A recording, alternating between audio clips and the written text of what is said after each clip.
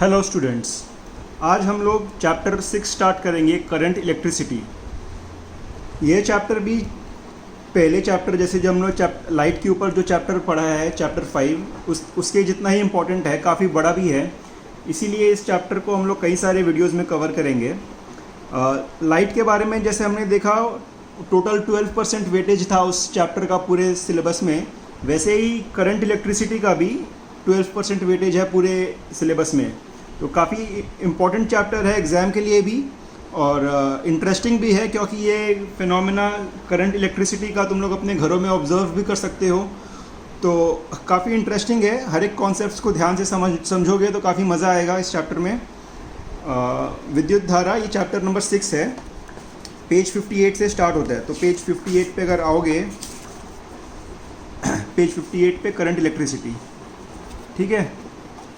तो इसमें कई सारे कॉन्सेप्ट्स हैं, हम लोग धीरे धीरे करके कॉन्सेप्ट्स को समझेंगे और पूरा चैप्टर को अच्छे से कवर कर लेंगे।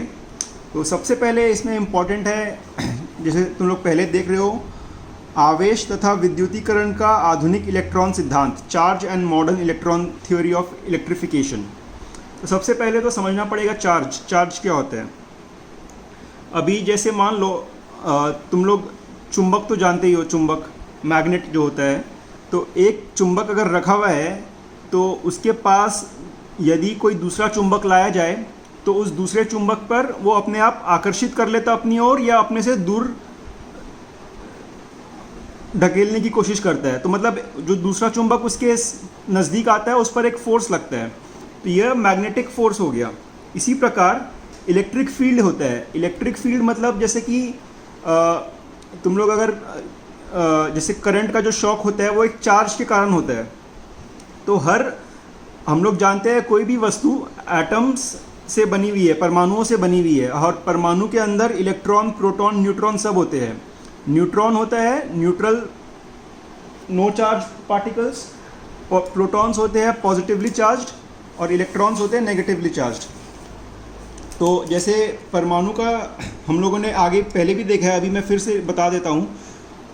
अगर तुम लोग परमाणु का देखोगे ड्राइंग, तो वो ए न्यूक्लियस होता है। न्यूक्लियस के अंदर प्रोटॉन्स रहता है और न्यूट्रॉन्स रहता है, और इसके चारों दिशा में ऐसे ऑर्बिट्स बने हुए रहते हैं जिसमें इलेक्ट्रॉन्स घूमते रहते हैं, ठीक है। इस प्रकार ये इलेक्ट्रॉन्स, ये सब इलेक्ट्रॉन्स है, ये सबको इलेक्ट्रॉन्स बोलते हैं। तो इलेक्ट्रॉन ऐसे गोल गोल घूमते रहते हैं इस ऑर्बिट्स में। प्रोटॉन्स जो है, प्रोटॉन्स ये पॉजिटिव चार्ज होता है, पॉजिटिव चार्ज। इलेक्ट्रॉन्स ये नेगेटिव चार्ज, ठीक है। और न्यूट्रॉन्स ये न्यूट्रल चार्ज, नो चार्ज, इसमें कोई चार्ज नहीं होता है, ठीक है। तो प्रोटॉन्स और जो न्यूट्रॉन्स होता है ये इस न्यूक्लियस के अंदर होता है। ये जो सेंटर में पोर्शन है इसको न्यूक्लियस कहते हैं। इसके अंदर प्रोटॉन और न्यूट्रॉन होता है, और बाहर इलेक्ट्रॉन ऐसे ऑर्बिट्स में राउंड एंड राउंड घूमते रहते हैं, ठीक है। तो ये हो गया कोई भी परमाणु का स्ट्रक्चर। तो सारे वस्तु जो है अपने आसपास सब परमाणुओं से बने हुए हैं, और हर में प्रोटॉन्स और इलेक्ट्रॉन्स होते हैं। पर किसी में चार्ज ऐसे नहीं होता है, क्योंकि प्रोटॉन की मात्रा, मतलब नंबर ऑफ प्रोटॉन्स और नंबर ऑफ इलेक्ट्रॉन्स सेम होते हैं। इसीलिए जितना पॉजिटिव चार्ज है उतना नेगेटिव चार्ज रहता है, और ओवरऑल वस्तु में कोई चार्ज नहीं पाया जाता है। परंतु कई बार ऐसा होता है कि इलेक्ट्रॉन्स जो बाहर रहते हैं, कई बाहर से इसमें इलेक्ट्रॉन आ जाते हैं, या इसमें से इलेक्ट्रॉन कोई और वस्तु में चला जाता है। तो यहाँ पे चार्ज का इम्बैलेंस हो जाता है, इसीलिए इसमें चार्ज आ जाता है। तो उसी को चार्ज्ड पार्टिकल कहा जाता है। तो ये इलेक्ट्रॉन और प्रोटॉन का जो चार्ज है उसी को चार्ज कहा जाता है। और मान लो कि तुम लोगों ने देखा होगा बहुत बार कि दो पत्थर को अगर आपस में रगड़ा जाए तो उसमें से चिंगारी निकलती है। तो वो किस लिए होता है? वह इसीलिए होता है कि एक पत्थर का इलेक्ट्रॉन दूसरे पत्थर के इलेक्ट्रॉन में चला जाता है, तो एक पॉजिटिव हो जाता है, एक नेगेटिव हो जाता है। अगर यहाँ पे एक्सेस थोड़ा सा इलेक्ट्रॉन ऐड हो जाएगा तो नेगेटिव चार्ज वाले पार्टिकल्स ज़्यादा हो गए, प्रोटॉन्स तो उतना ही रहा, तो ये ओवरऑल नेगेटिव चार्ज हो जाएगा। और मान लो कि इस एटम, इस परमाणु में से कई इलेक्ट्रॉन दूसरे वस्तु में चले गए, तो यहाँ पे इलेक्ट्रॉन्स की कमी हो गई, इलेक्ट्रॉन कम हो गए मतलब प्रोटॉन्स ज़्यादा है, तो ओवरऑल ये पॉजिटिव चार्ज हो जाएगा। इसीलिए मान लो जब दो पत्थर को रगड़ते हो तो उसमें से चिंगारी निकलती है, क्योंकि उनमें चार्ज डेवलप हो जाता है और इलेक्ट्रॉन एक जगह से दूसरी जगह में चले जाते हैं, तो उस वही चार्ज होता है। तुम लोग स्कूल में बच्चों लोग बहुत बार खेलते भी है, तुम लोग जैसे तुम लोगों ने भी ट्राई किया होगा, स्केल को तुम लोग अपने सर में, बाल में थोड़ा सा देर अगर रब करके पेपर के टुकड़ों के पास लेके जाते हो तो देखते हो कि पेपर उसमें अट्रैक्ट हो जाते हैं, चिपक जाते हैं। वो भी एक स्टैटिक इलेक्ट्रिसिटी का एग्जांपल है, क्योंकि बहुत ज़ोर से अगर तुम लोग अपने बाल में घसोगे स्केल को तो उसमें एक चार्ज डेवलप हो जाता है और पेपर को वो अट्रैक्ट कर लेता है उस हिसाब से। ठीक है, तो ये हो गया चार्ज। और इलेक्ट्रिफिकेशन का जो इलेक्ट्रॉन थियोरी है, ये क्यों डेवलप होता है? क्योंकि इलेक्ट्रॉन जो है या तो उसमें बढ़ जाता है या कम हो जाता है, इसीलिए वो होता है। अभी यहाँ पे जैसे बुक में देखो, दो वस्तुओं को आपस में रगड़ने पर एक वस्तु की परमाणुओं की बाहरी कक्षीय इलेक्ट्रॉन, ऑर्बिटल इलेक्ट्रॉन्स, मतलब ये वाले जो इलेक्ट्रॉन्स है, जो परमाणु में बाहर जो इलेक्ट्रॉन्स है, इसको कक्षीय इलेक्ट्रॉन लिखा है, ऑर्बिटल इलेक्ट्रॉन्स, दूसरी वस्तु के परमाणुओं में चले जाते हैं। इलेक्ट्रॉन का इस प्रकार पूर्ण वितरण, मतलब रीडिस्ट्रीब्यूशन, एक जगह से दूसरी जगह चले जाने में जो वस्तु इलेक्ट्रॉन देती है वह इलेक्ट्रॉन की कमी हो जाती है, अर्थात वह धन आवेशित, मतलब धनावेशित इलेक्ट्रॉन की कमी हो जाती है, मतलब पॉजिटिव ज़्यादा हो गया, इसलिए धनावेशित मतलब पॉजिटिवली चार्ज हो जाता है, तथा दूसरी वस्तु अतिरिक्त इलेक्ट्रॉन के आ जाने पर ऋण आवेशित हो जाती है, मतलब नेगेटिवली चार्ज हो जाती है। ठीक है, इस प्रकार दोनों वस्तुएं समान परिमाण के साथ विपरीत प्रकृति के विद्युत आवेशों में आवेशित हो जाती है। इसी को चार्ज और modern electron theory of electrification बोला जाता है। अभी चार्ज तो समझ में आ गया, लेकिन इसको नापा कैसे जाए, कैसे इसको मेजर किया जाए? तो चार्ज का यूनिट क्या होता है? कूलम। ये देखो यहाँ पे लिखा हुआ है, चार्ज का यूनिट होता है कूलम। ये जो कूलम लिखा हुआ है, ये चार्ज का यूनिट होता है। ठीक है, तो proton positive charge, neutron neutral और इलेक्ट्रॉन जो है नेगेटिव चार्ज होता है। एक इलेक्ट्रॉन का अगर चार्ज पूछा जाए तो इतना कूलम चार्ज होता है, 1.6 इंटू 10⁻⁻19 कूलम। यहाँ माइनस लगा हुआ है, बताओ क्यों? यहाँ माइनस इसलिए है क्योंकि ये इलेक्ट्रॉन का चार्ज लिखा हुआ है और इलेक्ट्रॉन नेगेटिव चार्ज पार्टिकल्स होता है, इसीलिए माइनस लिखा हुआ है। उसी प्रकार अगर प्रोटॉन का आवेश, प्रोटॉन का चार्ज पूछा जाए तो कितना होगा? यहाँ पे प्लस कर दिया है, प्लस 1.6 इंटू 10⁻⁻19 कूलम। तो चार्ज की मात्रा, परिमाण बराबर है, लेकिन एक नेगेटिव है एक पॉजिटिव है। इलेक्ट्रॉन नेगेटिव है, प्रोटॉन पॉजिटिव है, लेकिन दोनों में ही चार्ज अगर देखा जाए तो 1.6 इंटू 10⁻⁻19 कूलम का चार्ज है। ठीक है, ये कूलम को बोलते हैं चार्ज का यूनिट, जो चार्ज की इकाई जो होती है, यूनिट जिसको कहा जाता है।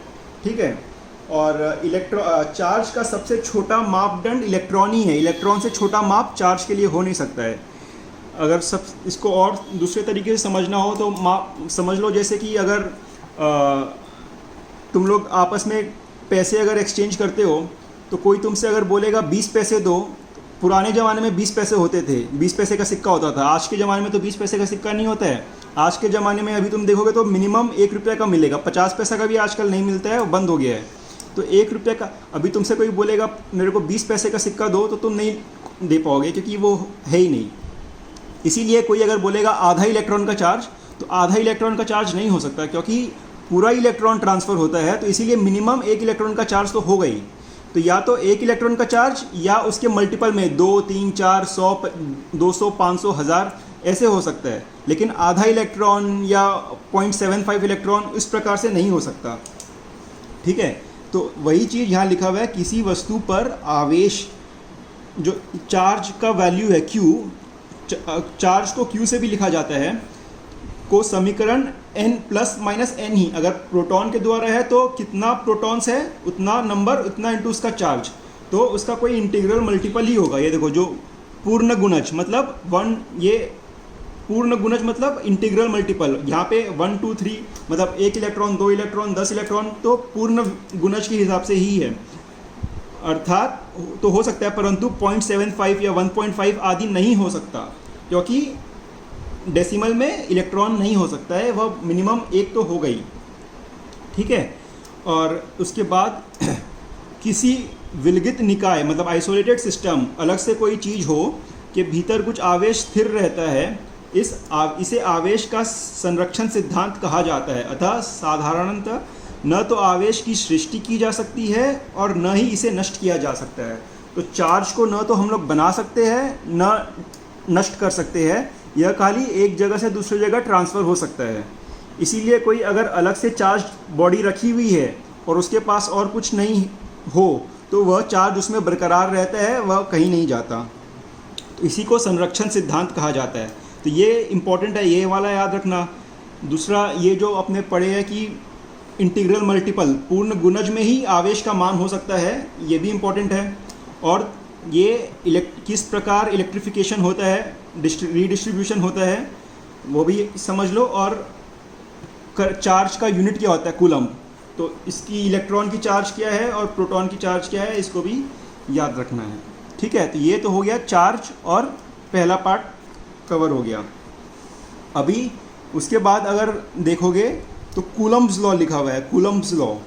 तो ये कूलम्ब क्या है, एक साइंटिस्ट का नाम है। इसने चार्ज को बहुत अच्छे से स्टडी किया था और इसने कई नियम बनाए हैं जिसके आधार पर चार्ज काम करता है। तो वह क्या क्या नियम है, तो उसका नियम देखेंगे हम।